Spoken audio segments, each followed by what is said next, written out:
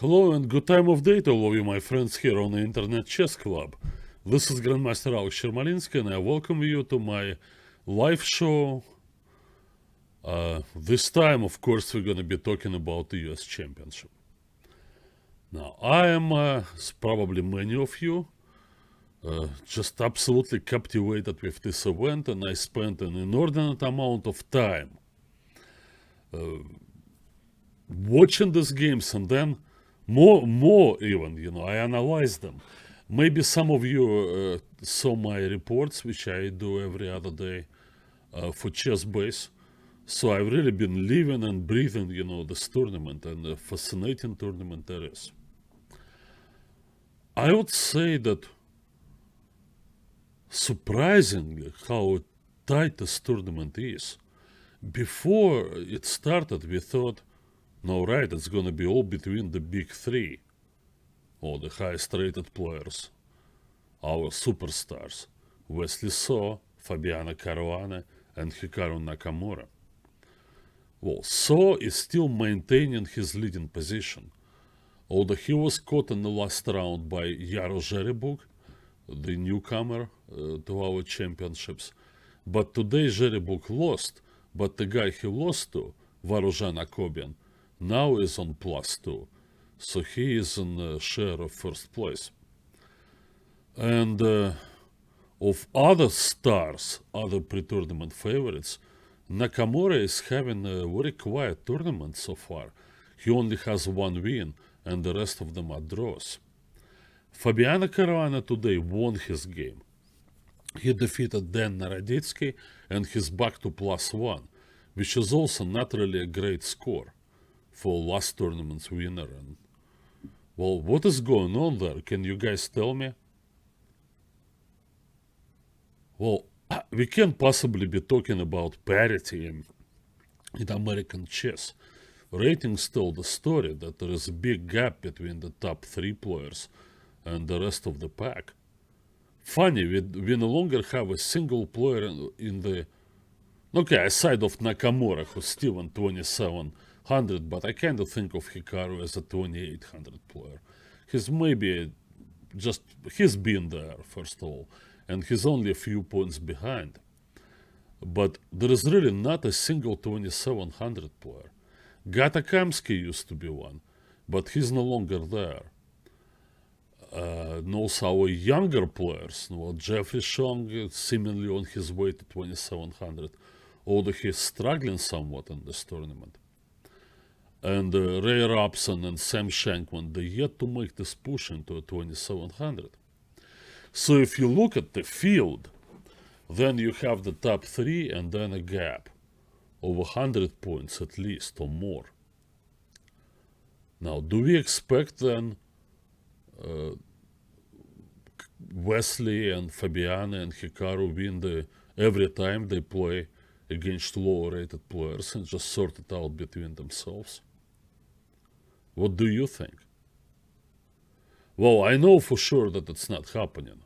I mean, if you look at the scores now, it's already round 8. It's about to be concluded. +2 for Wesley So and +1 for both Fabiano Caruana and Hikaru Nakamura. They're actually shedding rating points in this tournament. Why?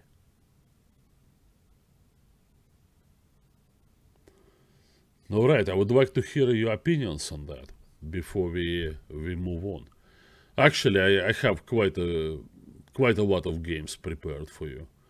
So, just watching this thing, for now, while we... kind of just getting into our rhythm. Tight races, but why? I will talk about the Women's Championship in a minute. But in men's tournament, it's not like the top players are fading away. They're very young too. The oldest of them is Nakamura, who's only going to be turning 30 later this year. They're not supposed to be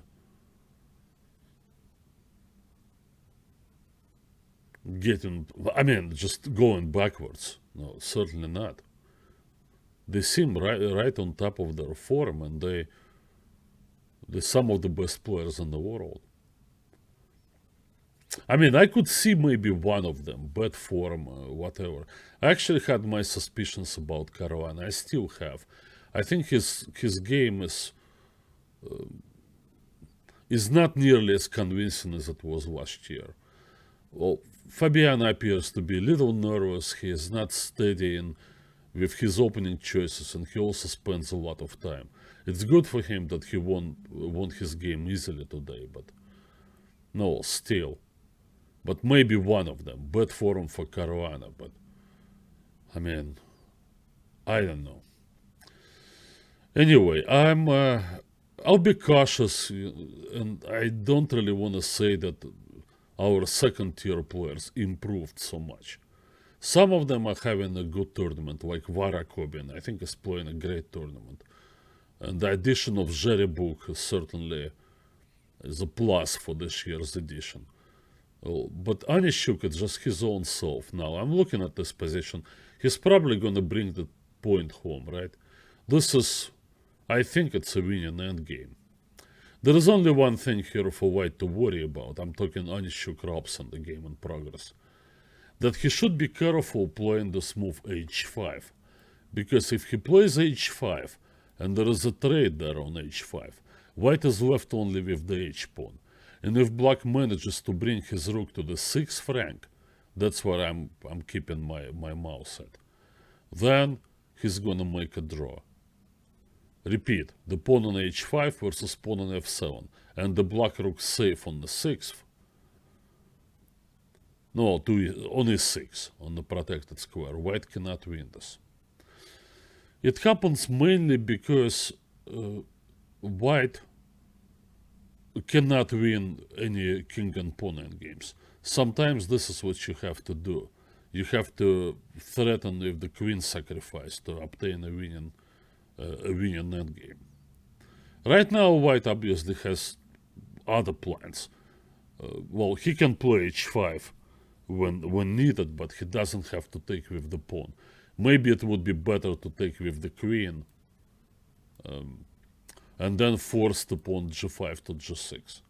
The result in endgame with no pawns is theoretically winning for White, although no, he has to stay sharp and not to waste too many moves. There are some semi-fortresses there along the way that hurdles that White is gonna have to clear. But looking at Anishuk's time situation, he's at 47 minutes, and Ray customary down to last 3 minutes. I have no doubts that Alexander is gonna win the same game. Well, that's why he's playing mathematical, because there is this position, as I said. Play h5 for White, trade pawns on h5, and black rook comes to the 6th, and then you can't win. It may be the last fortress available. Although I think, once White pushes the pawn to g5, which I'm not sure Anishuk is planning on doing. Also, if the black rook comes to e6, he has some chances to hold. But in that situation, White would always be threatening to sacrifice the queen for that rook on e6 and win the resulting king and pawn endgame. That's why the last pawn exchange with h5 is probably not the right plan, and I don't expect Alexander to go for it. He may try to bring his king all the way around and come maybe to e7, f8, that area. Then he can sacrifice his queen on the f7 pawn.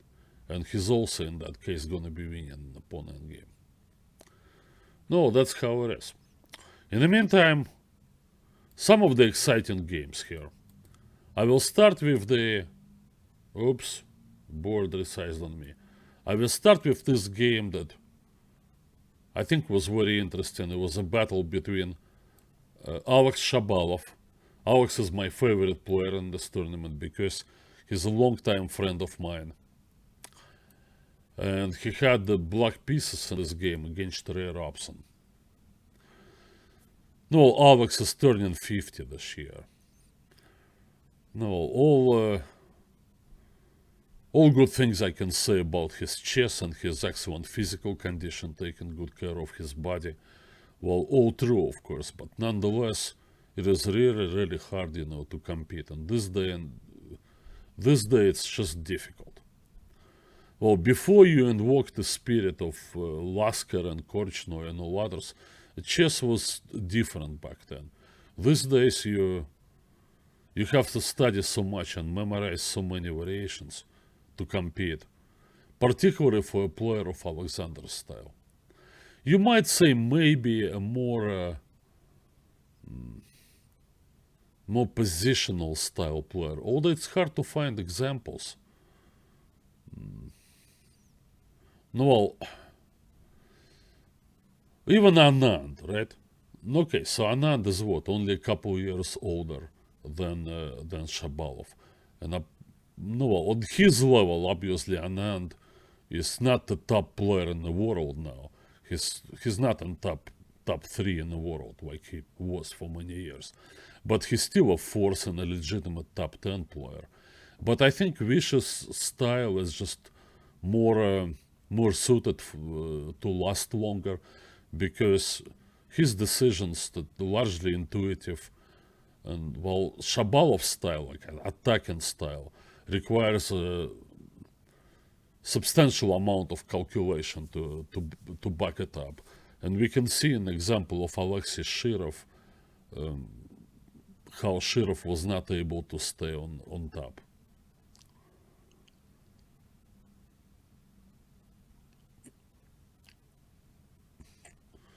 We will see, Well, I don't want to spend a whole lot of time watching that rather boring endgame. Let's see this game between Robson and Shabalov. Maybe you saw it. I think it was played in round 5. So now Shabalov plays the modern. No, well, if I actually recommended him. He didn't consult me that much before this tournament. He is working with somebody else, but maybe unsolicited opinion. But I told him, to try to avoid theory, particularly with black pieces. There's just too much work involved in this, and also he'll be playing right in the hands of their opponents, because that's what they study all the time. So the modern is okay, and this combination of the modern and Caracan, no, it's a long-known line. No, obviously, you cannot say that it's very safe, because white grabs a huge amount of space after e5. But black has something to play for. He can try to set up some kind of blockade there on the white squares, f5. So for that purpose, black in this position, or I don't know, let me do it differently, guys. This is not working for me. Let me go back to this position, and I will prepare my own PGN file to upload. That would be better. You guys just give me a little bit of time. Okay.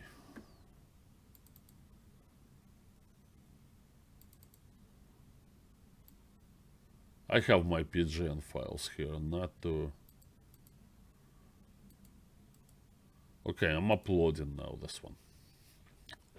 That's Shabalov's game with Robson. I can navigate it better now. Yeah, so the purpose of the system, sometimes it's named after the Georgian player from the old Soviet times, Bukhuti Gurgenidze. And Gurgenidze had an original style, and in this position he always liked to play h5. So this is how the blockade was built. Knight to h6, the bishop would come out to be traded either for the white knight or for the white bishop, and then black would put the pawn on f5. Well, Nimzovich recommended this kind of blockade against advancing pawns. But in reality, probably black cannot quite, hold this blockade. So white just needs some preparation to get his pawns going. But in this game, Alex chose a different plan, often used by a guy who's helping him now, our mutual friend, Grandmaster Jan Elvest of Estonia. Now, it's a different plan. That Black creates this tension by playing f6, and he brings his knight to f7. So the tension in the center is supposed to keep White from advancing his pawns on the king side. Okay. So White prepares, so he takes away the g4 square, and he's thinking of playing g4. But Black always has this possibility to exchange on e5, so White needs a bit more development before he pushes g4. And now, Alexander played the move queen b6. There isn't much theory in this line, but there are a few games, maybe half a dozen games of titled players, where White universally played in this position knight a4, hitting the queen and protecting the pawn on b2. Then Black gives this check, White goes c3, and then, no, it's hard for Black to play c5, of course, but I don't exactly remember how White continues here. Maybe he just plays knight c5. I'm not sure. Oh, actually, it's Black's turn. I think the queen goes back somewhere. So that's what Alexander expected, and he told me actually after the game that he was surprised at Ray's decision to sacrifice the pawn on b2. Now, Shabalov obviously no stranger himself to sacrificial play. He's done similar things in his own games. But from my experience, I'm more used to seeing him on the white side of such things. But Alexander's style is such that he welcomes any kind of complications, and he's not a bad player in defending tactical positions with potential for counterattack. Okay, guys, let's move on. Maybe you'll have some questions about all this. So g4, all right. Knight over there, and now Black traded. An interesting decision from Ray to take back with the d pawn. So now he obtains this pawn majority on the king side and the center. And he counts on his superior development to prevent the black pawns from advancing in the center. C and D pawns. Now this is an important move. So Black now brings the knight to c5. The real target, as you will see, is going to be the white bishop on d3, because this piece is absolutely instrumental in White's attacking plans. And now look how Ray played this. So he castled short. Now, clearly he had a problem opening the h-file because of the hanging pawn on g4. So instead, he gets his king out of the way. And his attack now,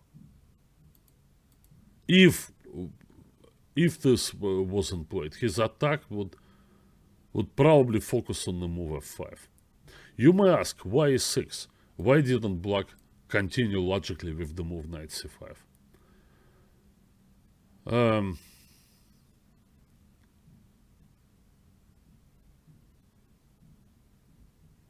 Yeah, I think in this case,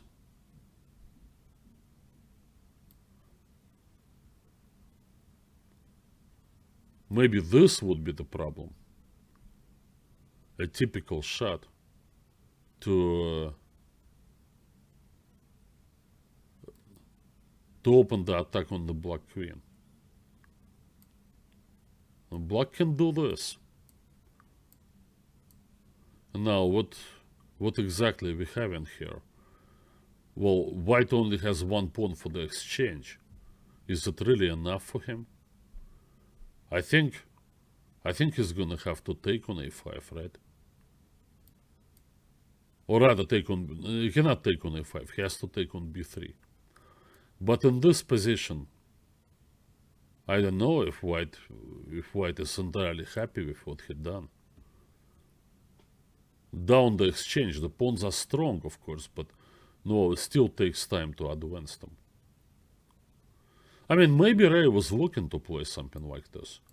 Okay, he can take, play his bishop to c4, hit this one, and then try to continue with e6 and f5.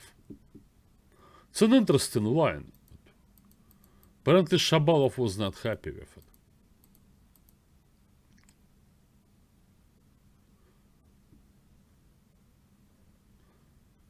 Do you have any comments here? Do you think Ray would have traded queens here? And give the exchange. I mean, somehow I don't see him going back with the rook. Or else, giving up his valuable dark square bishop.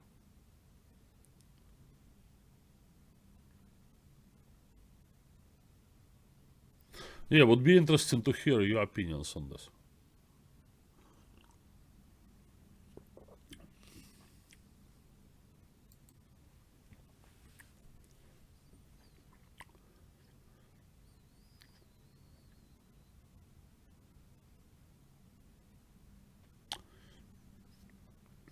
Yeah, let's give it another try. Well, white also repairs his pawns. I don't know. Do you think capture with the c pawn? Okay, to me it doesn't matter that much. So we trade. Anything aside of rook e8? I don't think this move is so great because it's just on white's f5.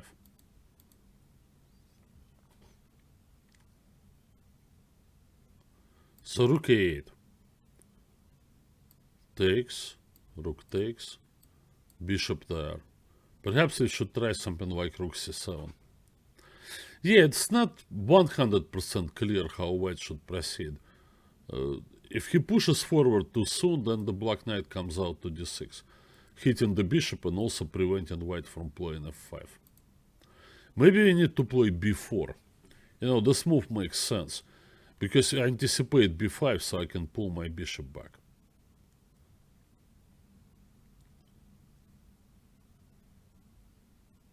I don't know what the engine says. I mean, I would use the engine in particular tactical lines when it, you just get the correct responses quicker and avoid major oversights, like missing mate and one or something like that.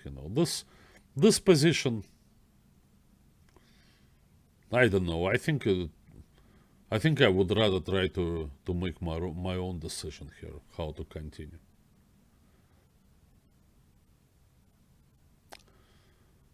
Anyway, this wasn't played and came e6. Now, while this move is generally healthy because it supports the pawn on d5 and also allows black to contemplate c5, it has one drawback, that finally the bishop's diagonal is closed and Ray immediately goes forward with h4. Now knight c5, and now a remarkable move h5. Now, speaking of the engines, obviously they've come a long way. And now, particularly if you give some time to them and don't just skim through, in the first few seconds, now they can appreciate such play when white basically offers his rook to be taken. Yet, I mean, sometimes it can be misleading too. That the computers are still very materialistic. Well, Shabalov here took the bishop, not the rook. And it's not just a general consideration that this bishop attacks g6 and so on. There is also a particular line that goes like this. And now suppose takes, and now without even recapturing or moving the pawn forward to g5, white has the strong move. That's why it was important to take with the c-pawn. And look at the battery white is about to build up. That is probably gonna give him a winning attack. How can this pawn be protected? I mean, it's late to do this. You do come to g6, but then after g takes, the knight cannot go away because the pawn is hanging. So white wins this piece and goes up material along with this unstoppable attack. Huh.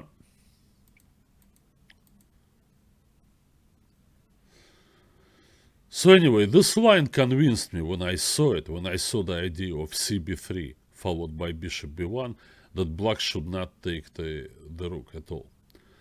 So I like Shabalov's decision to take the bishop. And now, Ray took with the pawn. This has an advantage of opening up the second rank for the rook that is supposed to join the attack eventually. But there is one problem, the knight on c3, that needs to be guarded. That gives black a little bit of time to do his thing. Now g5. So white is building up his attack slowly. Now it's interesting that the pawn structure alone doesn't really decide the outcome, right? It all depends where the pieces are. For example, now the knight on f7 is not optimally positioned. The ideal square for that knight, of course, would be f5. If the knight somehow could magically jump on f5 immediately, then black would probably be winning. Because he is up 2 pawns currently. And the knight on f5 would completely shut down white's play. But it's a long way for this knight to get there. And Shabalov started. He went knight h8. Now white goes with the queen to win that pawn. And now clearly white's plan is to get another rook in support of the queen, to attack h7.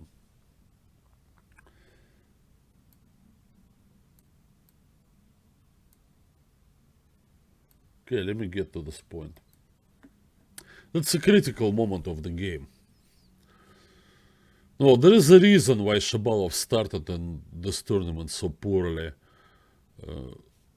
And he is kind of on the mend now. He won his first game yesterday, and he made a couple of draws, and he's still in last place, but it no longer looks as disastrous. But there was a reason for Alex's bad start, which is he just wasn't his usual sharp self in tactical positions. Well, usually Shabalov, when he has a bad tournament, he just kind of like goes too far. So he plays sharp, he can see a lot of things, but no, it just happens to be that the risk that he takes is too much. It wasn't the case here. I don't think so. I don't think he was playing overly risky. But opportunities were there for him. He just somehow couldn't take advantage of them. Maybe it's bad form for this particular tournament. Maybe it's a case of over preparation. I know Alex, he views this tournament as probably his last US championship. Indeed. Last 2 times he got into US championship was by virtue of winning the US Open. It's great that he can still do this. But how long he can do this? Well, it's a large open tournament, and I mean, there is enough good players there, so you can't really count on winning that. And he cannot get to the US Championship by rating. He's nowhere near that. So he said it himself, that's probably my last time, I would like to make the most out of this last opportunity. Oh, Anishuk won. Okay, do we care to take a look? I guess we could. Oh, okay, let's see what happened. So he just did this.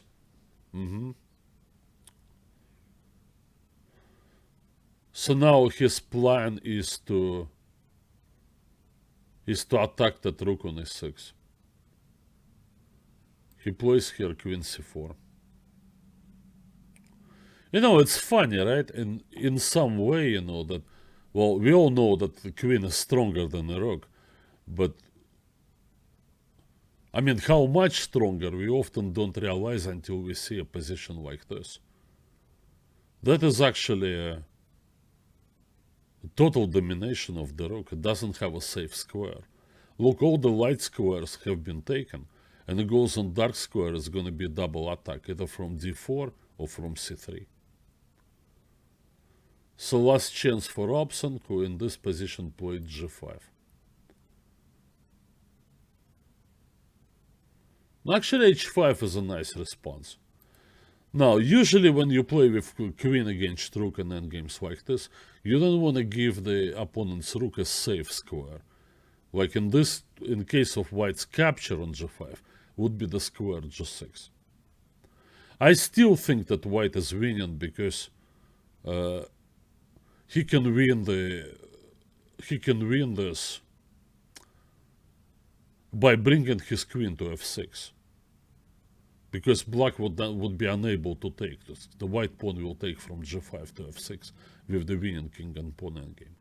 But I like Aniszczuk's decision to play h5 because nothing really changed in the position, and now black is trying to get a safe square,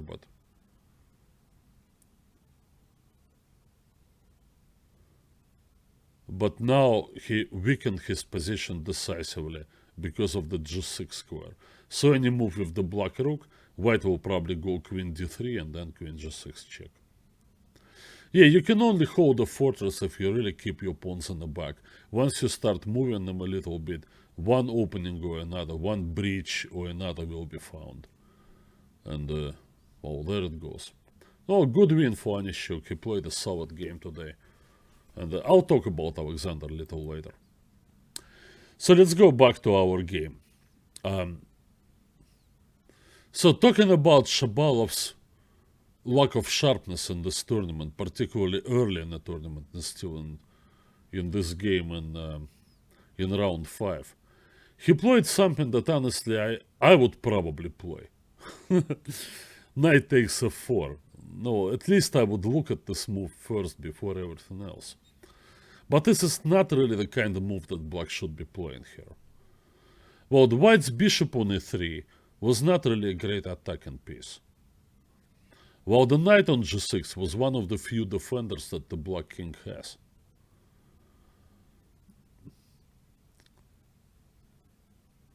When I look at this position a little deeper, I found an idea to counter white's obvious plan with knight h2, g4 and f6 check.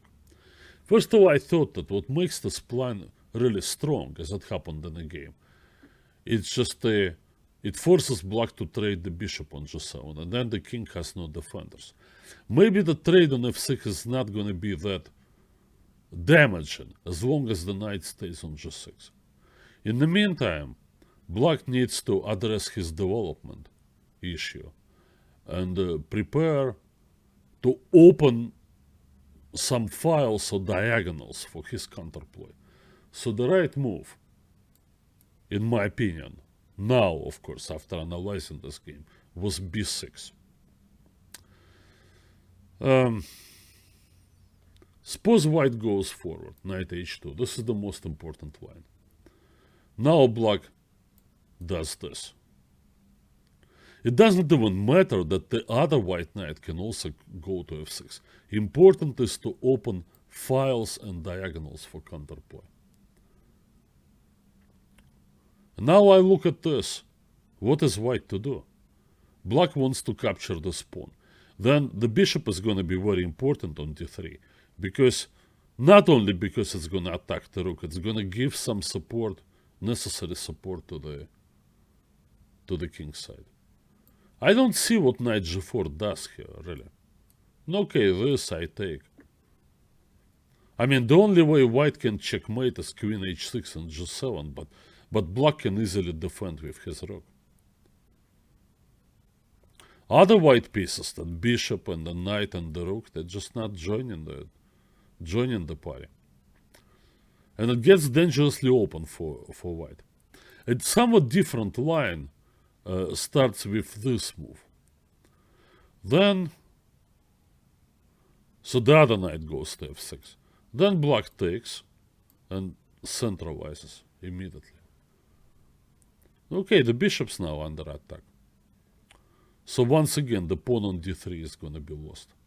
I even saw some lines where white manages to get the other knight over there to the f6 square, and then play knight f6 and force black to take twice. First with the bishop, then with the rook. But what happens then that white only wins the exchange, while he begins to run out of his attacking pieces because both knights are gone. And then black, by the way, even if d3 is protected, look at this, c5 and bishop b7. That's the dangerous battery against the white king. So anyway, maybe it's not very convincing what I showed you, but I believe now that after b6, black would simply have a better game.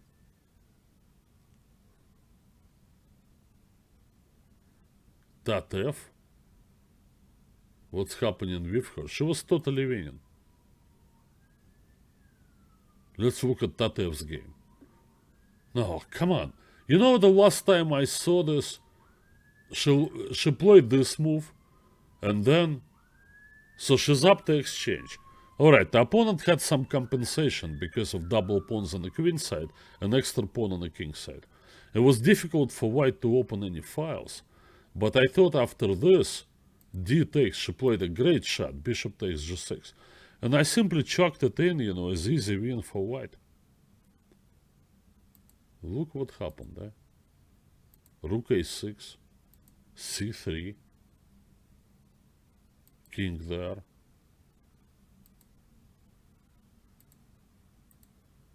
Somehow black achieved some activity. But I mean, rook c1,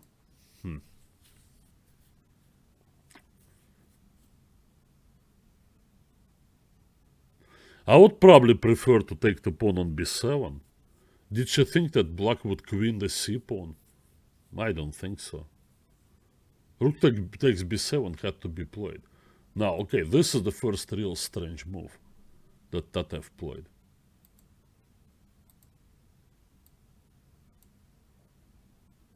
Now black begins to obtain some serious counterplay. And Jennifer, you played a great move f5. Oh, now this is passive. The bishop on d1 and rook on c1. Oh, bishop f3 was first blunder. Okay. Before this move, right?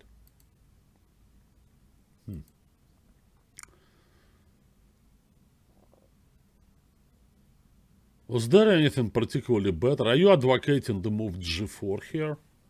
It looks attractive, actually. g4 and f5. Maybe she didn't want to lock her bishop out of play on h5. But g4 and f5 looks strong. I don't know. Okay, let's see what happens. So, we got to this point and then bishop f3 and then... Okay. Oh, that's the second time the bishop f3. No, this is clearly a blunder. Well, obviously, forgetting about the third rank and allowing black to... But I don't know, already I'm not that confident anymore in this position. I think black has greater activity. I don't see how white cannot get the c1 rook back into play. There isn't much to be accomplished with just one rook. Look at all the squares in the d file. They're all under firm control over here. Yeah, black would go a5 and b4 anyway. Yeah, but this... Oh no. Now Tatev is trying to attack, but...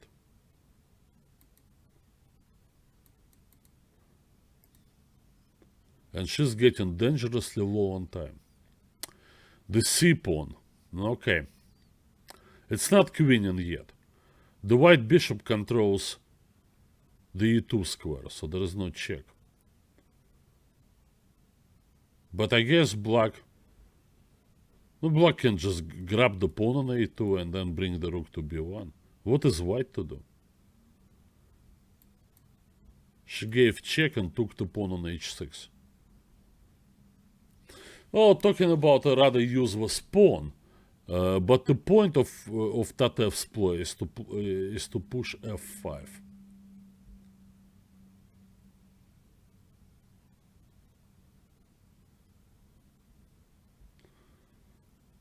Maybe you're right. Maybe she is fighting for a draw now.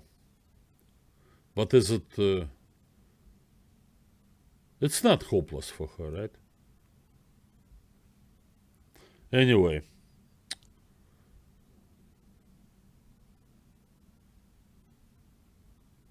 Yeah, we should be looking at this a little closely. What are possible moves here for black?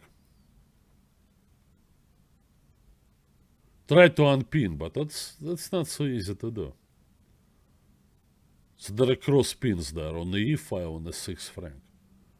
Maybe king d7.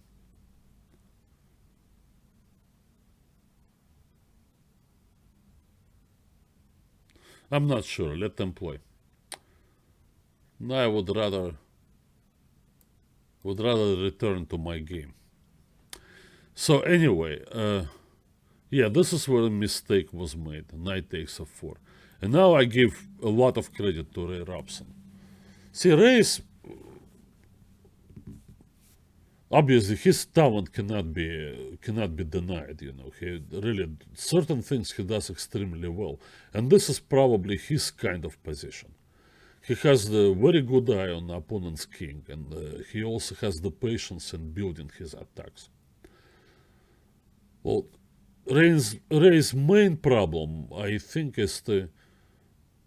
First of all, it's time management. He allows himself to get real low on time in way too many games.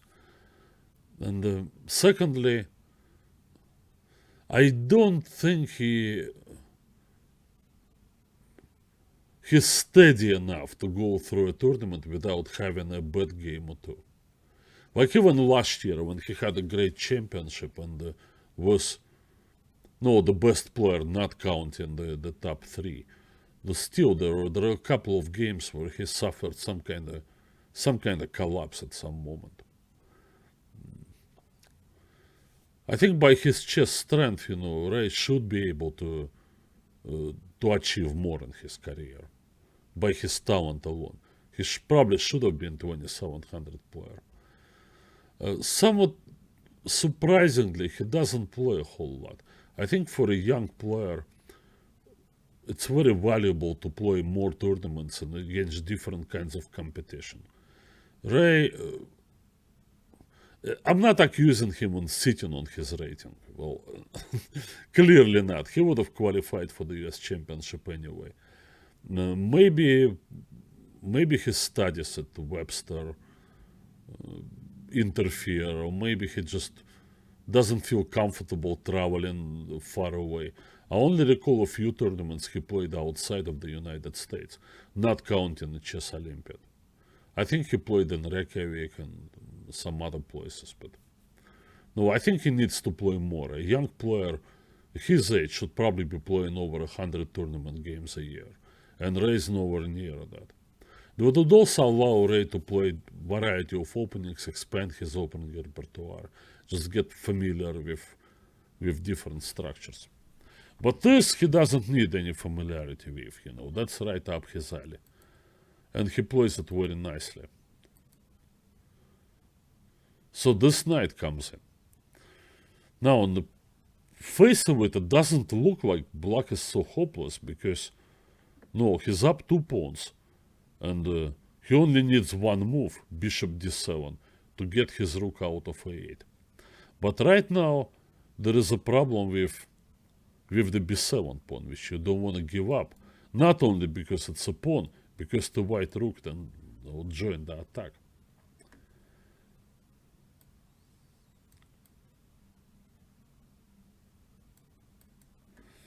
Actually, I was expecting Shaba to play this. Now, clearly he was concerned with that rook lift coming all the way to h4. And indeed, right there, very nice interference. Sometimes in positions like this, you can sacrifice, right? But I mean, black needed either better development and the bishop somehow coming around to g6 to shore up the king, or more advanced a pawn.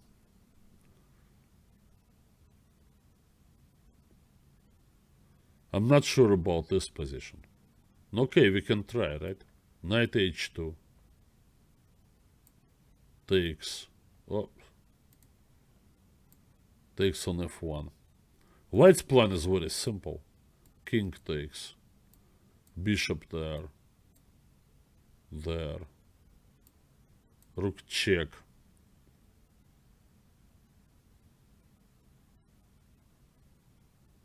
I suppose king e2.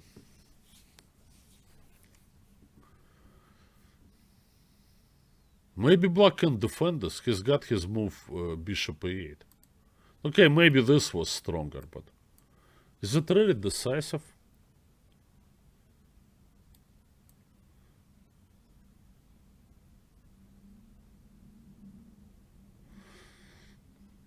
There is a lot of pawns, but they're not advanced.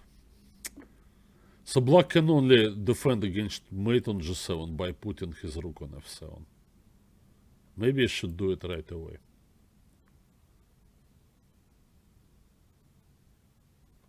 Clearly he's gonna lose the e4 pawn, and with the passive rook like this, he's not really gonna be able to advance his pawns in any meaningful way. Yeah, white's better, but maybe there is some hope here to resist. How many games per year for an older but weaker player?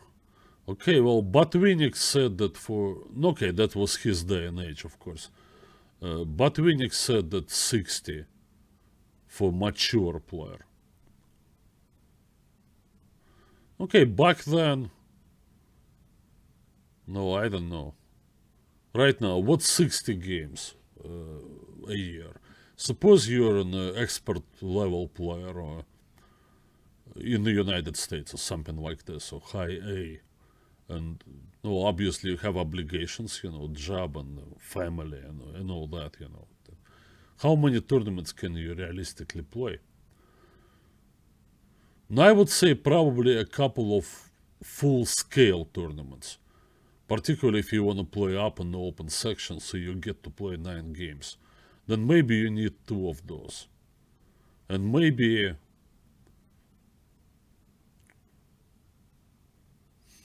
maybe 5 or 6 weekend tournaments. Okay, weekend tournaments are 5 games. So if you play 6 of them, that's 30 games, and okay, that's ballpark, 50 games. I wouldn't say, if you ask me, well, that's what I'm doing. I'm playing 2 big tournaments like the Chicago Open and the World Open, and I'm playing 5 or 6 weekend tournaments a year. Is that enough? I would say, yeah, fair enough. Well, of course, you would be helpful if you studied and analyzed your games, so you would get the most out of your practical experiences. That's the key.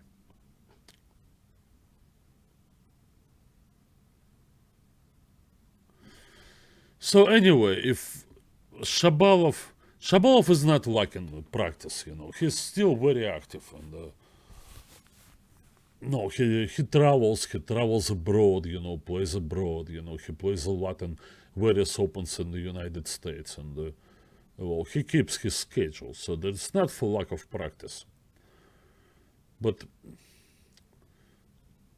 I don't know, would you accept this position as black, right? If you look at this after the move knight g3, and if you saw the whole line, so you take, he goes there, you attack again, he goes there, you grab the pawn, and then he comes with his brilliant interference. Would you go for this?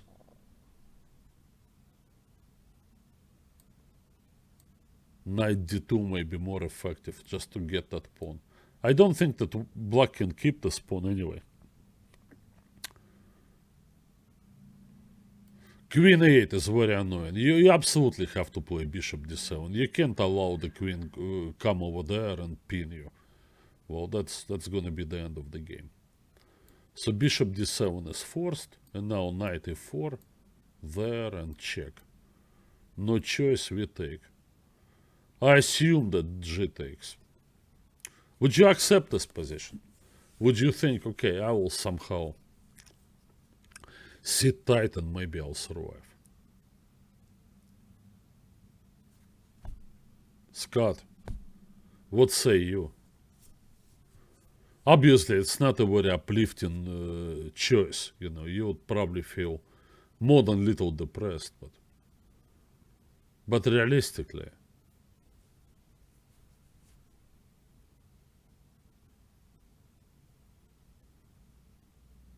would you consider going for this, or would that be your really last resort?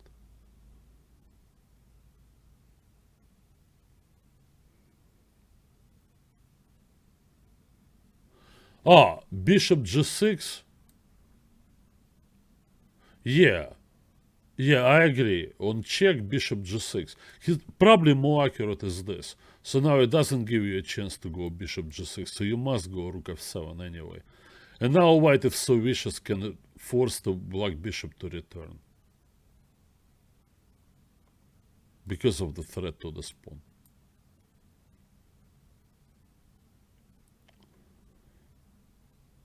Okay, we can play a few moves. So he swings that queen wide, and then say on a6 he can go queen d6, intending maybe this check to grab this pawn. I mean, I'm not gonna lie to you, you know, I know this position is most likely.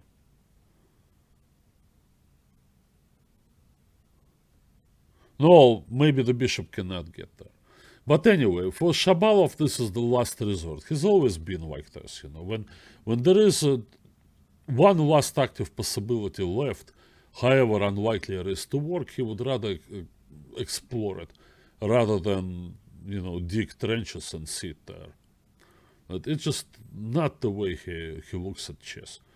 And honestly, you know, his little bit past that point, you know, when you can tell him, you know, to do things differently. Tatev got away with a draw. Okay, let's see how that game ended. Time trouble. So he played rook c3. That looked a good move to me. Rook c1. Knight b3.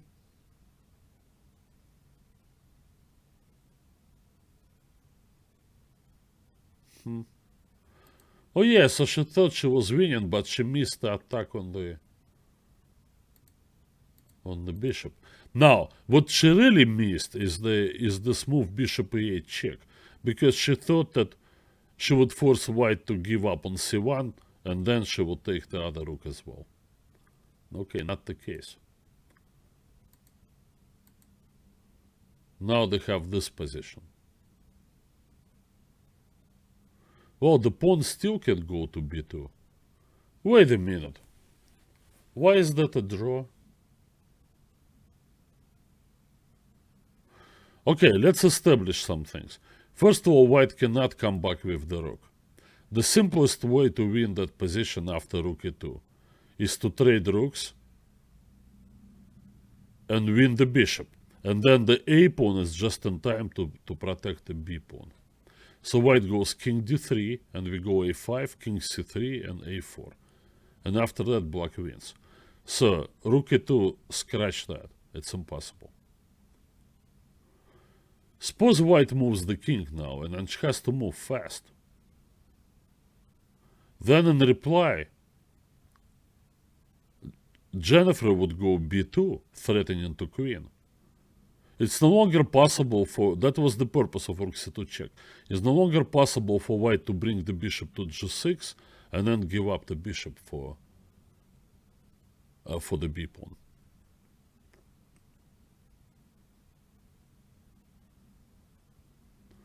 I think actually black is winning. Dennis, king f1.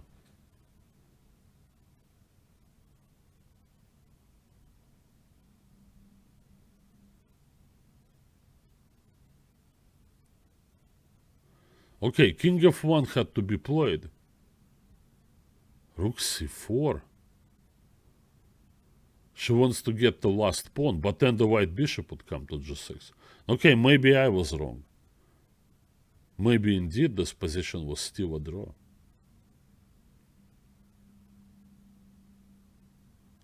No, yeah, I was looking at this, but I think yeah, indeed.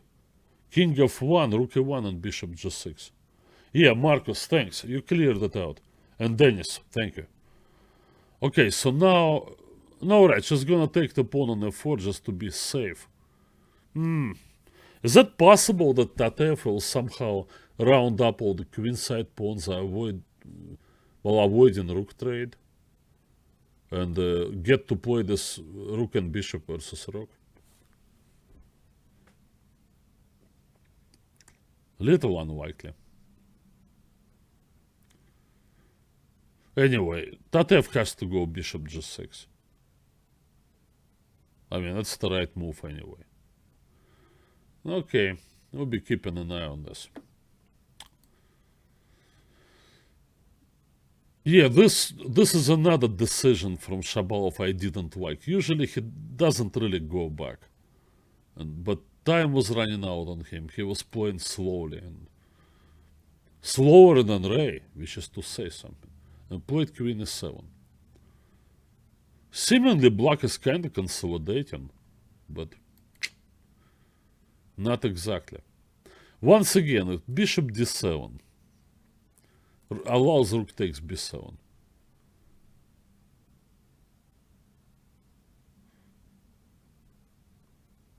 Would that be an interesting idea? Okay, never mind. Let's get that rook out of there. Does white now have time to attack comfortably, the way he did in the game?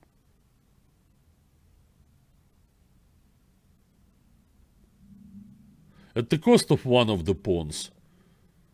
No, get some activity for your rook, and I know, of course, there is rook b1. Yeah, even with material deficit, white still has pretty threatening position.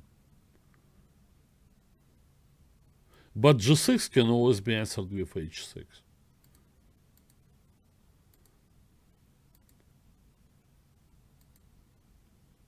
Now that.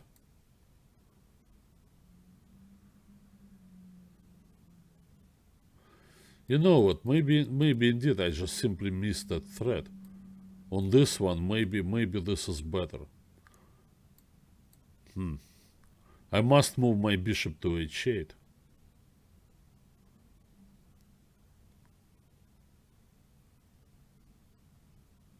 But it doesn't look so bad, right? h7 is protected and I'm planning bishop a8 and bishop g6. Why is this so lost? g6? g6. Oh no. That is going to be lost. Yeah, the king has to go in front of the bishop and then of course white wins. Check. Bishop there. Check. You probably cannot go to the h file because of this covered check. But on this, there is gonna be this kind of discovered check from the rook. Bishop f5 and now, no, well, that's mate. Yeah, so the queen on the 7th doesn't really help. No. So it was the wrong defensive plan. Anyway, let's get to the end of this game. There was no chance for Shabalov anymore. Now the knight comes to f6, which is critical. Now he played king f7.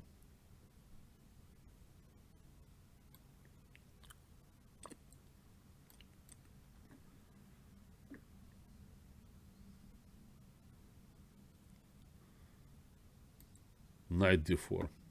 The king cannot even escape because on king e7 comes knight c6 and the knight's hunt the king down and force the king to go over there. And now, I mean, white wins anyhow. No, he can even start collecting material. There was also queen takes a6, mate in 2. What am I doing? Yeah. Anyway, so it was a good win for Robson and another disappointment for Shabalov.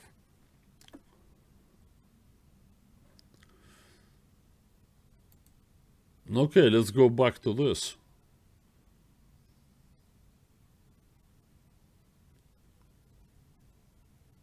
Well, I do have a feeling that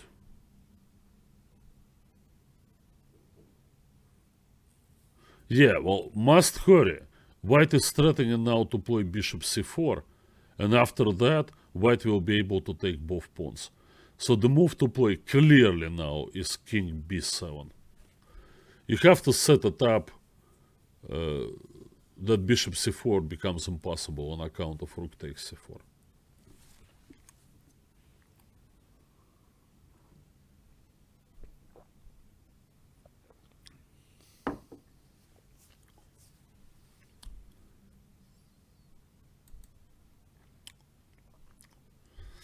You see, if Tatev played bishop a8 instead, she wouldn't have the time to take on a4 with the bishop because of the same move king b7.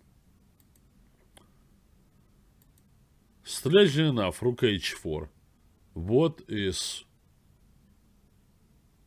this about? Okay, white now will play bishop c4, threatening to take the pawn. Do you go b... No, you can take on c4 and go b2. Oh, a trap. There is no rook b6. Then rook h4 is a good move. White can go bishop b5 now. But then the reply is going to be king b7. Is there any other way for white to win this pawn on a4 with the bishop without trading rooks? I'm not saying that it's hard to defend. Well, I see people lose it all the time. It wouldn't be very hard to defend if you knew the endgame. But the only way to know the endgame is to spend a lot of hours on it. And I don't think anybody did. I mean, judging by performance of some of the best players, I can give you... during this game in this tournament, when Nazi kids lost to Anna Zatanskih, right? With only just 2 moves before reaching move 50. It happened early in the tournament. I was in the chat over there and then on our server, and people tell me, oh, nobody would lose this, but no, I found some games, losses by pretty good players. I think there was a loss by Svidler, there was a loss by Kamsky. If it gets to this, I'm not sure that Jennifer would survive it, but right now I don't know if it's even possible for white to win this pawn. She played a tricky move, rook to the 3rd.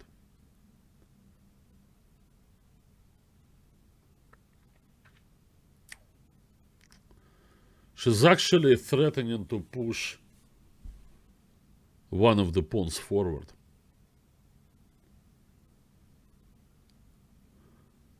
Is there any way for white left to stop these pawns? She's going forward, a3, look out. Well, there is always bailout for Tatev to take the pawn on b3 with the king, but that would mean agreeing to a draw.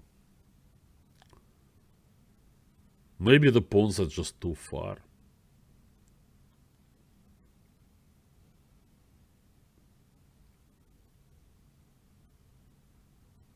Yeah, I think it's time to stop messing around and take that pawn on b3 before indeed you end up losing this game.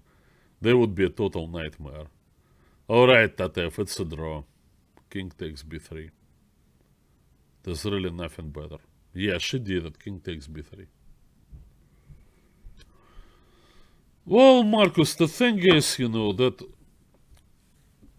modern players, they're so busy studying openings that, well, when it comes to endgames such as this one, it's a known, theoretically drawn endgame.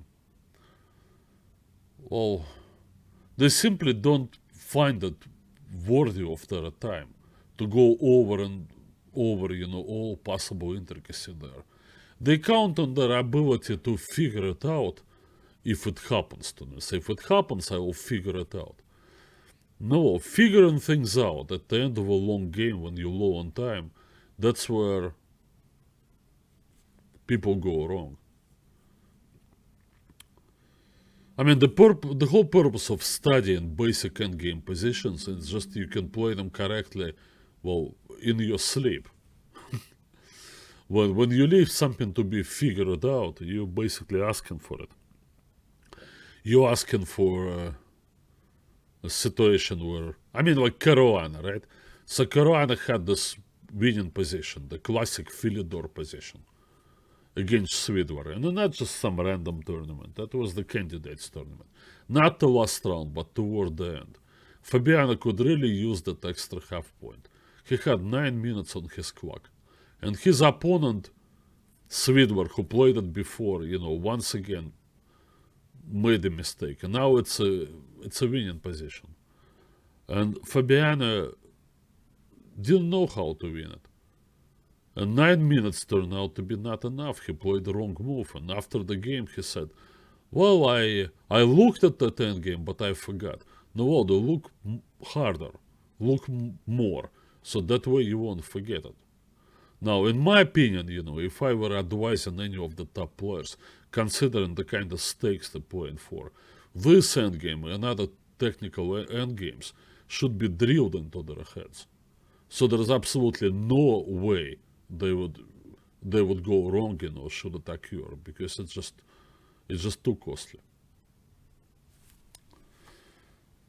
All right, so this is agreed to a draw. Oh, we have another game going on. They're still playing. Shankland versus. Oh no, it's a win. Yeah, it's a first win because. Okay, great, first win for Jeffrey. Wow, yeah, long time coming. Finally, he did it. All right. Let me see now. So what do we have in our standings there? Okay. I wonder if it has been updated. No, it has not been updated. Okay, we'll update it with our results. So Wesley drew and Akobian won. So now we have a two-way tie with 5 out of 8 for Wesley So and Varujan Akobian. We also have Fabiano, who won his game, and Onishuk, who won his game, joining Hikaru Nakamura in a now 4-way tie for 3rd place. So that's going to be Nakamura, Jeribuk, Caruana, and Onishuk. All with 4.5 points after 8 rounds. The only 3 rounds to go. At the bottom, Jeffrey won his first game today, and so he moved a little bit up, away from last place. So now Shabalov is in sole possession of last place, a full point behind next group of players. They're 3.5. It's going to be difficult for Alexander to avoid finishing last in this tournament, that's for sure. But already he's at 2.5 points. No, if he manages to score another 1.5, 4 out of 11, even if it's last place, well, I've seen worse.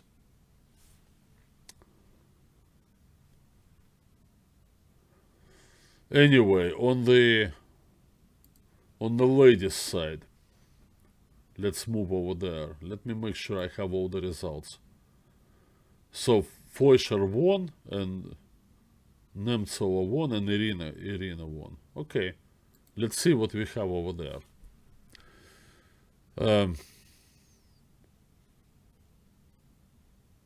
So Sabina Foysher won her game. So she joined Nazi Paikidze in a two-way tie for first place. They both have 5.5 points. With 5 points, of course, they have Maggie Fang, sorry, I mispronounced her name. Maggie Fang and Irina Crush now, 7-time champion. Well, with 3 rounds to go, I would say that I wouldn't underestimate Irina's chances to make a comeback and win her 8th title. Although she's gonna have to try real hard. For Tatev, I know she's a popular player and has a lot of supporters. No, not winning today's game basically means the end of her championship aspirations. She's only at 50% and it's just gone. Alright. Maggie Fang. Well, if she manages to finish the tournament where she is now, which is a tie for 3rd place, that would be a great success for her. Quite amazing, yeah. I honestly, I tell you this, with Maggie and Jennifer and Apurva, young players here, Emily I didn't know at all, Emily Nguyen. I'm not really that familiar with their chess. Well, I know that they're very young. When you're young, you can always improve. Well, but they need to make their next step sooner. Well, as great a tournament as US Women's Championship is, it's only one event. And no, you need to play more, particularly for young players. And it's just difficult to do. Unfortunately, the way it's set up in our open tournaments is simply implausible, for a female player to play a lot of those. Because there are no women's prizes. However, veneer they put on this, like, oh, well, we don't want to segregate, no.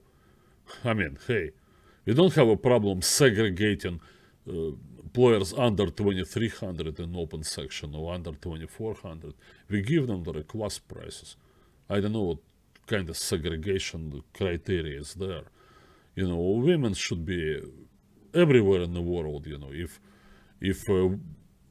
as a large open tournament, there are always prizes for women. And the prizes for seniors too, by the way. I think I'm getting there slowly but surely. But our tournaments, they lack this. Now, for what reason? Maybe because the organizers, read Bill Goldberg, think that it's not going to help the popularity of the tournament in a sense of getting more entry fees. No, maybe not, but I don't know. So travel to a tournament like a World Open, even if you're a good player, I mean one of the best, as good as Sabina or Nazi. Now, what do you do there? Yeah, you have some chance to maybe compete under 2400 FIDE class prizes, but there may be only 1 or 2. And there's going to be a lot of tough competition. Well, those tournaments are simply not attractive. And then what do we expect? For the youngest players there, they probably play locally when it's more affordable, but I mean, clearly, I think they would benefit from playing more and against better players. Women's chess simply does not exist in the United States. Okay, closing this one. And I guess I close this one as well. Okay, let's look at some other interesting games. I actually liked the following game a lot. It's also from round 5. Time to talk about Varzhan Akobian, because he is one of the 2 co-leaders in the tournament now, together with Wesley. And this is a very welcome development for for Varush, because honestly, he's been one of the best players in the country for many years already, for 10 years. No, but not among some of the very best. I don't really expect him to now, as he's, what's he now? I'm trying to, he's over 30 for sure. I don't know exactly how old he is. Maybe you guys know. I don't really expect him suddenly, to set everything aside, I know he's a married man and has responsibilities and all that, and his work as a part-time grandmaster in residence in St. Louis obviously takes some of his time, and he has to travel from California to he lives in Southern California, travel to St. Louis and do it probably very often and all that. So he doesn't really have the time to set everything aside, and make this final push to finally become a 2700 player. Besides, even if he does, it's not like it's going to open all doors for him. There are many 2700 players. So anyway, but still, when I saw him play last year, when he struggled mightily in the tournament, finish among the last place finishers, I thought it was not really his level. And in this tournament, I'm happy to see Varuzhan kind of even overperforming, if you wish. But he really plays well. Look at this game. He's white against Sam Shankland. This is a popular Moscow variation. And usually it goes e3. And now you can find a few hundred games on the black side where guys like Anand, Kramnik, Drev, all the tough guys, and hard for white to prove his advantage. So he plays queen b3, which is not a new move. The purpose of this move is to prepare e4, so after you take back with the knight, there will be no check from b4. So black, in one of the most popular responses to the move queen b3, kind of resumes this idea. And now I was actually looking forward, maybe they will play this, because now white plays the outrageous looking move. He doesn't go to the endgame, guys, don't get excited. Now, this endgame promises white nothing. I mean, this is irrelevant. This is relevant. Great pressure on a file. White has no advantage here whatsoever. No, the right move after a5, e4, there, and bishop b4 check is king d1. I was excited and I thought, well, we're gonna see an interesting game. Yeah, war is 33. Yeah, that's about what I would say. Yeah. Well, in this, obviously things are different now. I can't really just come back 25 years ago and say, look what I did when I was 33. You know what I did when I was 33? Okay, a little older maybe. I think I was 35. I quit my job. I had a job. Oh boy. A job. Security. Yeah, I worked for a pharmaceutical company. I was a lab technician. You know what a lab technician is? In quality control. You're kind of halfway. You're not quite a scientist, but you're not only washing dishes. You also, they let you do some other things. Very exciting it was, of course. Job security I had, and I left it. Because I had the chess dream, right? I don't know if dreams came true, but at least I'm sitting there talking to you guys, which alone makes it worthwhile. Now, but my situation was somewhat different, I think. That, well, before that I had breaks and I was kind of hungry to play chess. I'm not sure if Varush is that motivated. He practically played non-stop for the past, 15 years. I don't know if he has this. I mean, he probably wouldn't mind. Well, nobody would mind to gain 100 rating points, but no, I don't know. Besides these days, I don't even know how to do this. See, I had a plan back then. I thought, okay, I will just play tough, improve my physical conditions to the maximum. I'll get rid of all the distractions, and I work real hard during the game. I didn't do a whole lot of preparation then. I'll be honest with you. But I somehow forced myself, I said enough, I'm not gonna be cutting myself any kind of slack, next time I sit down to play my chess game. I'm just gonna do it the best way I can. And that alone was enough, to elevate my game to next level. I mean, these days, first of all, Varushi did. Well, I could never fault his effort. He was always there trying his hardest. This thing is very individual. Anyway, so a different line was played by Sam. It's dc4. Now takes, knight d7. Now, we do know some positions with the queen on c4 from the cat one, right? But now white plays this move rook d1. Varuzhan, well, I don't know if I can say that he's super prepared for this tournament, but last year I noticed that he struggled so badly with black. Like every time he had black in his Karakano, the French, he struggled so badly. And I think with white, it's almost like he will take a break from getting into bad position out of the opening. But now his games with the black pieces are actually holding up quite okay. And it gives him a little bit more confidence, a little bit more room to try harder with white. And he stays abreast with modern theory. Like this move rook d1, well, it doesn't seem like it's anything in particular. Well, it's actually currently the most popular move. Well, the idea is, if you let me to... Yeah, in reply to g6, there was a game of Vasily Ivanchuk. He played this, now waited for black to make this total commitment with the bishop to fianchetto. Now white went e4, all on one move.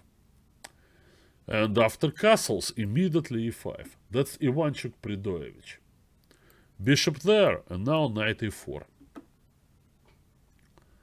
No, there's nothing new about this setup in itself, but usually black counters it by developing his bishop to b7 and then playing for some sharp breakthrough with c5. Here white sort of sacrificed his kingside development, but he created a situation in which black simply cannot develop his bishop from c8. He cannot quite play c5. So Ivanchuk was able to get his knight to d6 eventually and won a nice game. Sam plays rook b8. Now this is an official novelty in this position. And it's just quite an interesting move. I was really... First I couldn't figure out what Sam had in mind. Then I realized that after looking at this, and I became very appreciative of this idea. Well, it somewhat made it less enthusiastic for me when I gave this position to a computer. I don't know why I did it. Usually I don't give computers any of my time when the game is around move 9. It just happened. And the computers immediately said rook b8. So maybe Sam lifted it from the engines, but that's okay, that are tools these days. Well, to me, the move rook b8 goes to show that Sam Shankland works real hard on his game. The idea was to answer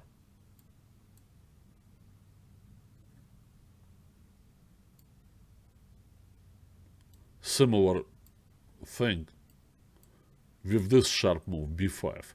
And now if white takes, his queen kind of ends up stuck over there. I'm not quite sure if the queen is going to be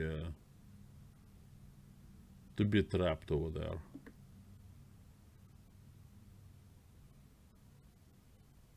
Maybe white can go e5 and prepare the e4 retreat square. But there is also a possibility for black to counterattack with the move b4. That's another idea of this whole thing. Good practical decision from Akobian not to go there. Well, this is what every player has to learn these days. I almost say every Russian schoolboy. Oh, there is no more. I mean, I'm the last of the Russian schoolboys. Yeah.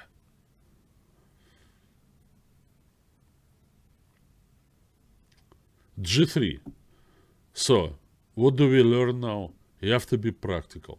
It's really foolish when you encounter a novelty like this, played by a noted theoretician as Sam Shankman, in an important tournament like the US Championship, that you can just bust it over there. Obviously, there is some work behind it, and most likely a stamp of computer approval can be found on that work. So, what do? You play a practical move. I like this transition to the Catalan. That was nicely done.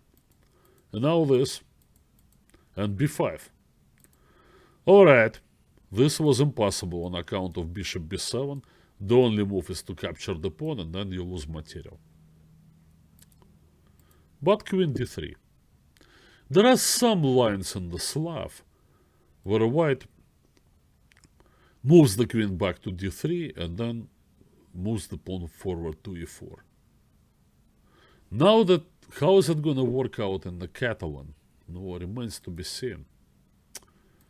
But Varjan had a different idea in mind. Instead of moving the pawn to e4, he places his knight over there. Clearly, he's aiming to interfere with black's main plan, which is c5. Usually such attempts they come little short of their goals if black plays a move like this. There's just too much on the c5 square, right? The knight, the bishop, and now the queen. How can white possibly stop it?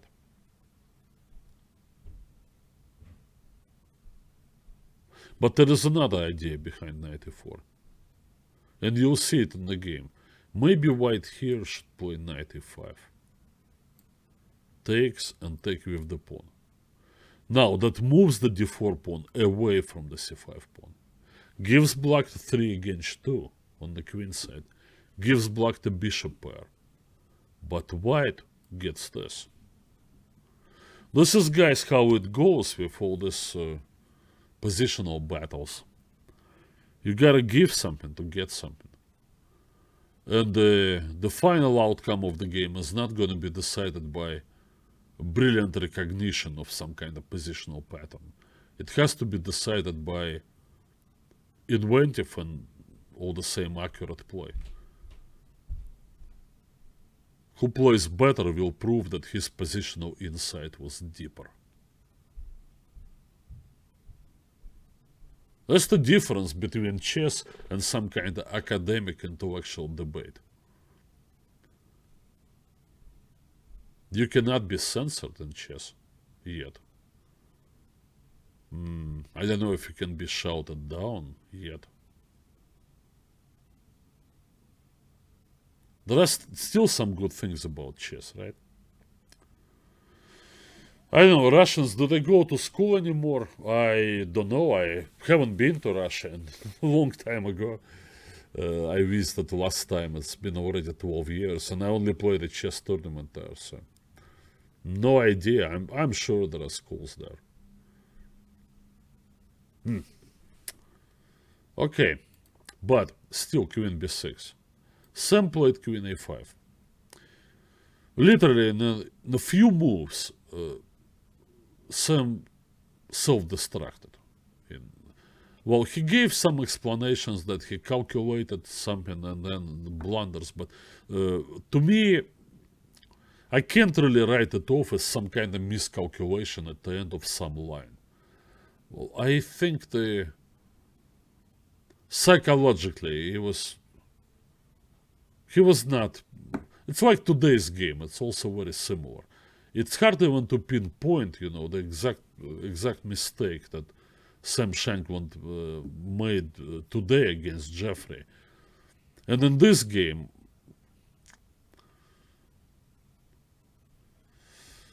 to me, maybe it wasn't very well thought of.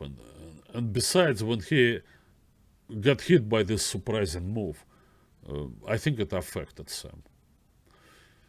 Well, once again, what am I calling for, right? Mental toughness, easier said than done. I know Shankland lost today.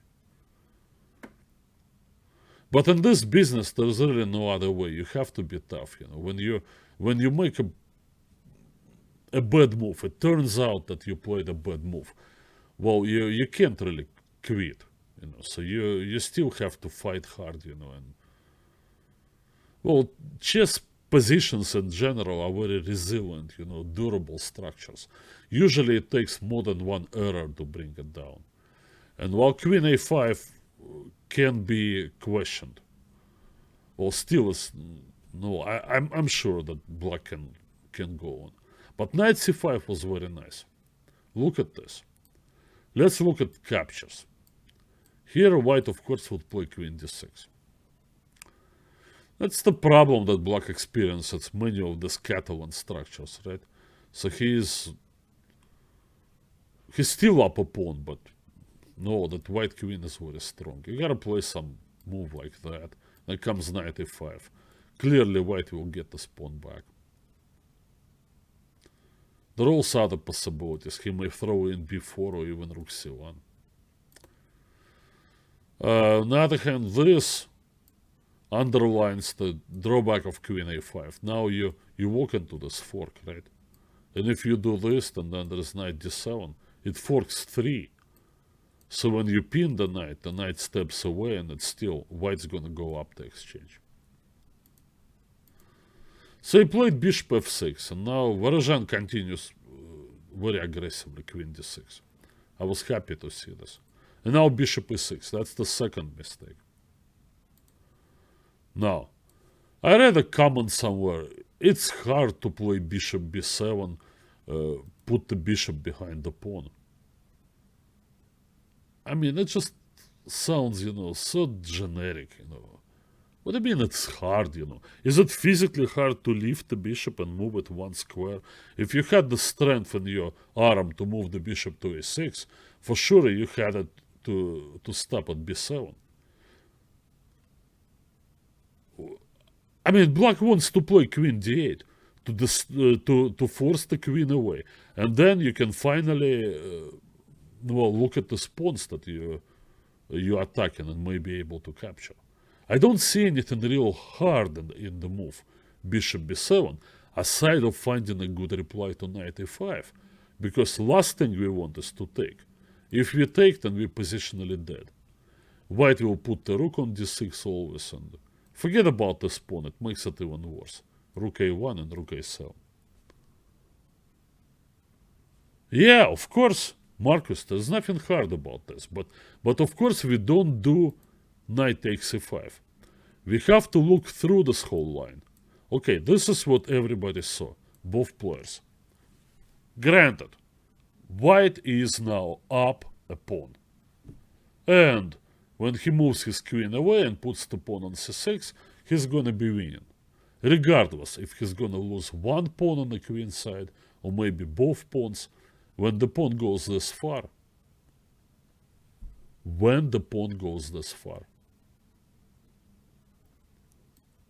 Only takes one move for Black. Possibly even trading here. Doesn't matter. And then B4.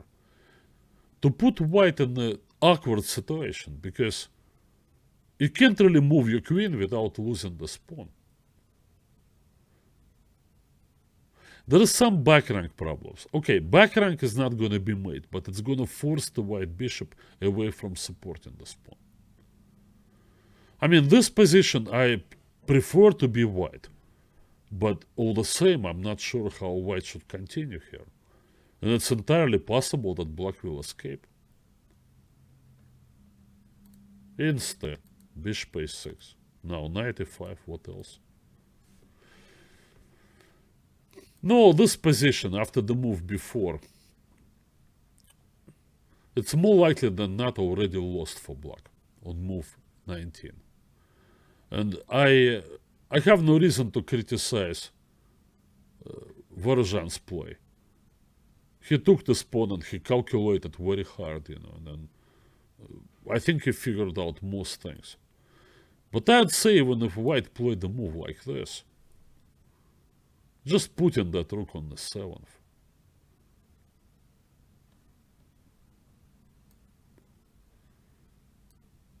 Maybe it's even more thematic, right? Bishop b5 will be played to protect both pawns. Now I grab this. Alexander Alekhine, the great champion, long time ago, he described his philosophy of playing d4 openings because he came up as an e4 player only, was known as the master of attack. He says, I learned, that you can tie opponent's pieces down with defensive duties on the queen side, and then because of the superior position of your pieces, you make a rapid, swift switch to the king side, and you win. There you go.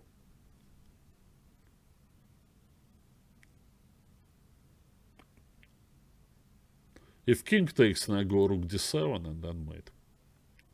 It's just so typical. Okay, maybe black can avoid this, but anyway, to the game. He took.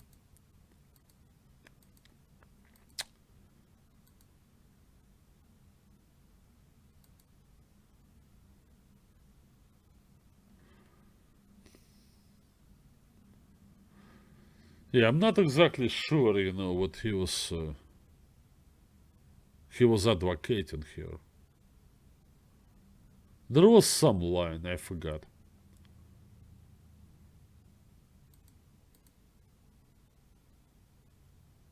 It couldn't have been here, no.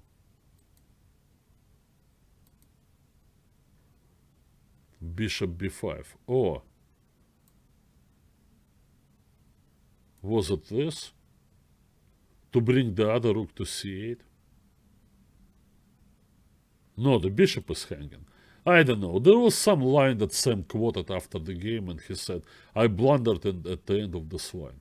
But I mean, seriously, he's trying to tell us that he found this position totally acceptable, with his queen out of play, with white's pieces all on dominating positions, and a strong passer.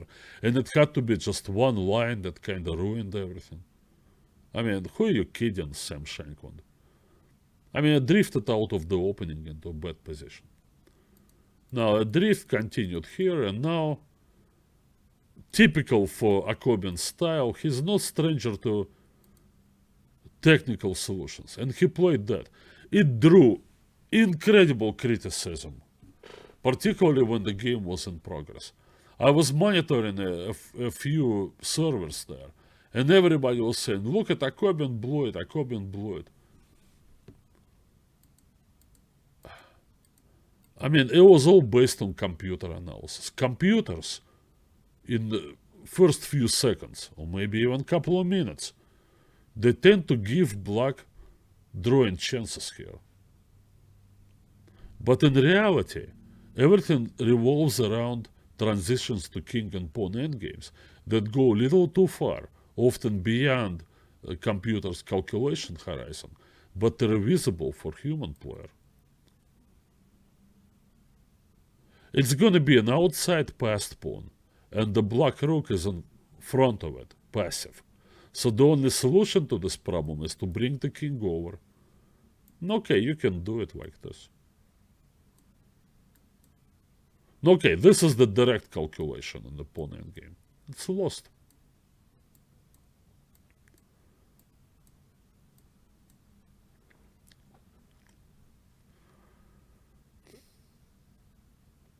Now, you move this, it doesn't matter. Everything's going to be very gradual here, so eventually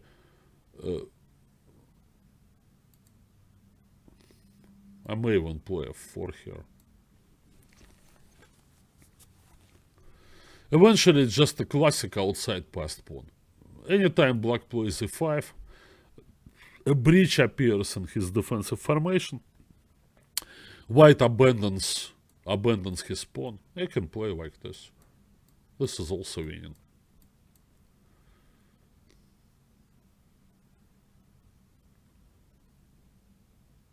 Backup b pawn, of course, decides the whole thing. So there's absolutely no reason to criticize Akobian until, okay, we'll get there. So Sam keeps on resisting. Now, there are some different ways of playing this position, maybe king d3, but he played king d3 with the idea of stopping this. Although it was entirely possible to invite this move, right? And just go for this. Most likely with the king on b5, you're gonna easily win the result in rook endgame. Because you're gonna collect this and play rook g6. The black king is on b file, no man's land.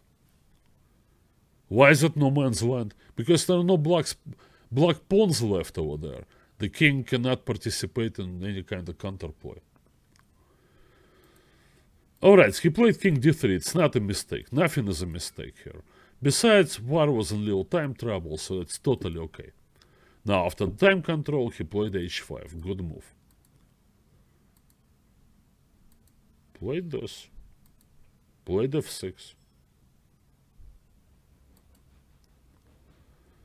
And Sam was able to deflect the white rook. So this was played.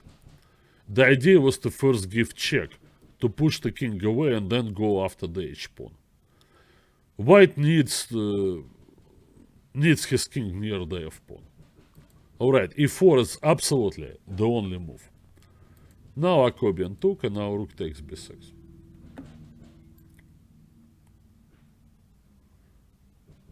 You know, we talk about endgame technique, right?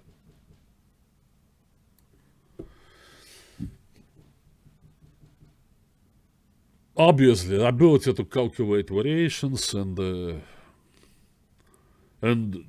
general grasp of positional principles, and of course, the knowledge of basic endgame positions.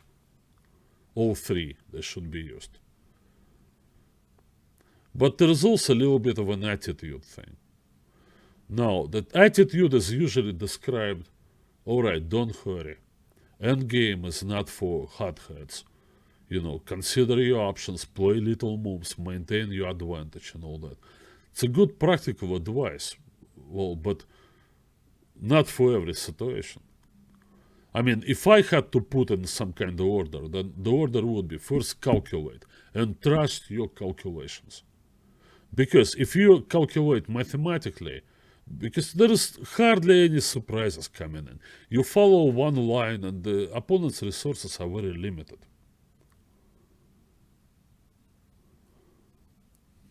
Well, yeah, possibly that concentration that was required. Now, we're gonna look at this thing and we're gonna go very directly right away. I like to play this move. It's basically all I need here is to cut off the opponent's king. Now, the h-pawn is on the other side. It's not a factor, really. I go here and I'm gonna play f7 and I'm gonna win this game, automatically. Rook h4 clearly was the simplest move. I mean, there was absolutely no need to maintain this pawn advantage by playing b3. The b pawn is irrelevant because it's not near the king. So rook check. And now came a move, a terrible move, truly, that simply, it's not like he makes it more difficult. It simply leads to a draw. Now already, king g6, no, you have to make an effort here. But it's still possible. Like, for example, on this move, I think white has a pretty good reply with f4. I love this move, f4. You control g5.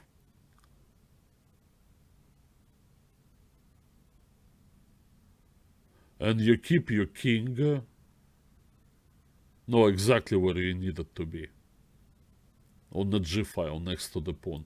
And if he takes, you do this, and now on the check you take, and it doesn't even have time to put the king on f7 because the rook is under attack. Yeah, king g6 was winning.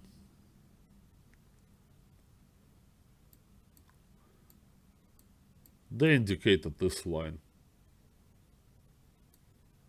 No, well, calculation. If you can calculate this, that your f pawn is quicker than his e pawn, because A, you have the discovered check, and B, A is enough. Then that's it. You don't need any other considerations or anything. So priorities for endgame play. First of all, when there is a line to calculate, you calculate it. Yeah, you may be winning, but something tells you, oh, I'm winning anyhow. Why should I bother to calculate? Banish that thought. There is nothing better, and mathematically more convincing than a well-calculated line to the end. After this, surprisingly, it's a draw. Shock. White cannot play f7 because of check, and then take the pawn with check, then trade rooks, and then grab f7.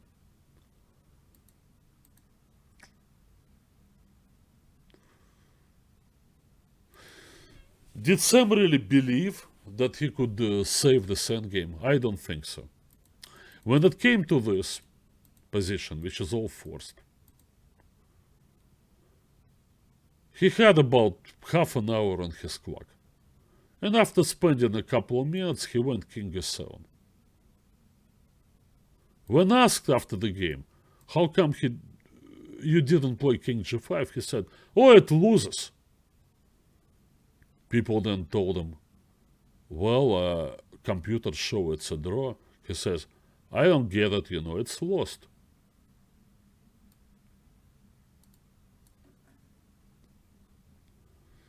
f3 was the line he was referring to. Alright, the rook gets behind the pawn. That's one important step. Without help of the...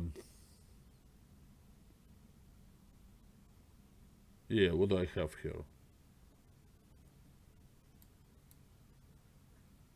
They said rook h, but it doesn't matter. So anyway. There is this bunch of checks, You drive that king to b8.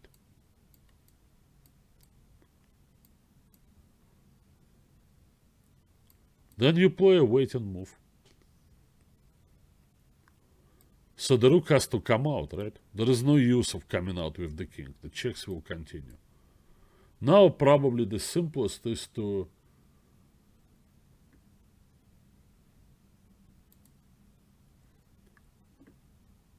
It's just to attack the pawn, right?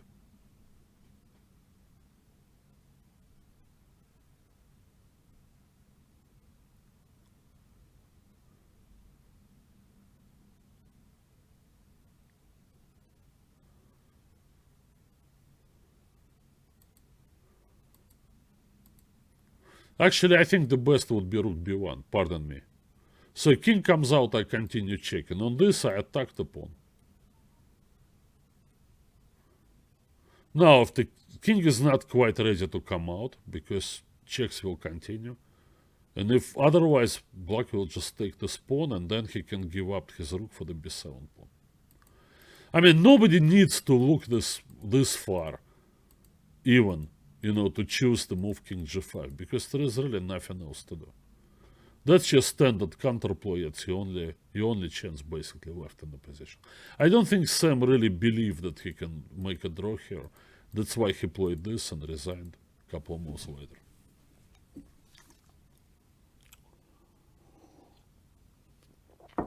A long game, wasn't particularly long game, only 58 moves.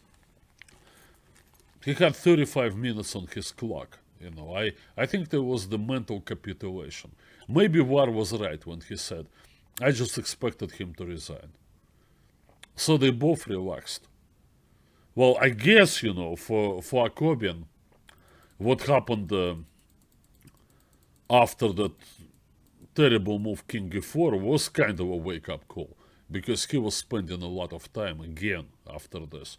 But somehow it didn't quite wake up Shankland.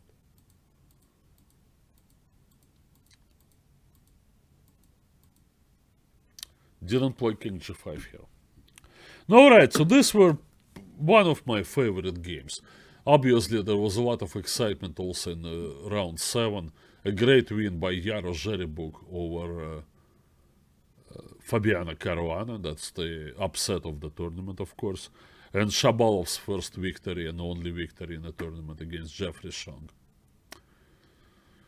Every round of the US Championships, they bring some excitement. Now, in a closing statement, I'm going a little long today. I want to talk about the women's tournament. Honestly, when I knew that Nazi Paikidze was a good player. Well, everybody knew that.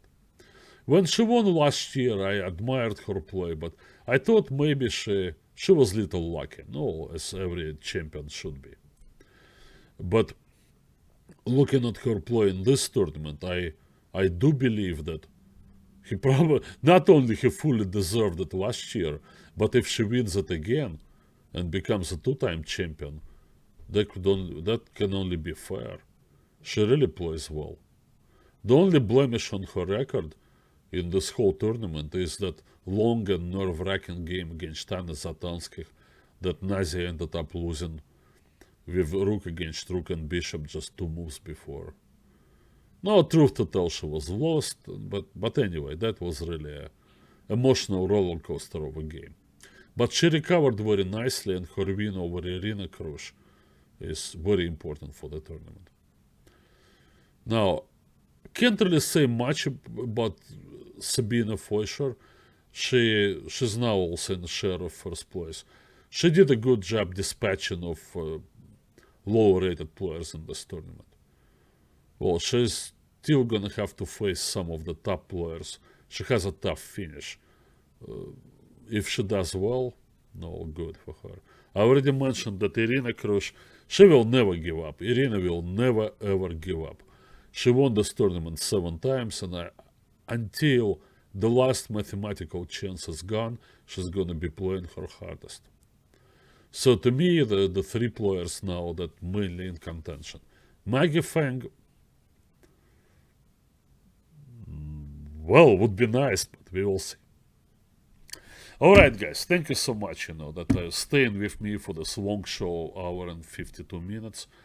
And I guess you guys before that were watching for 4 hours the games live, so get some rest away from computers. Remember, you have jobs and families and whatever, hobbies and to attend. I don't know. Go for a walk. I think that's what I'm going to do. Go for a walk now. Too much computers for today. Every Russian schoolboy knows.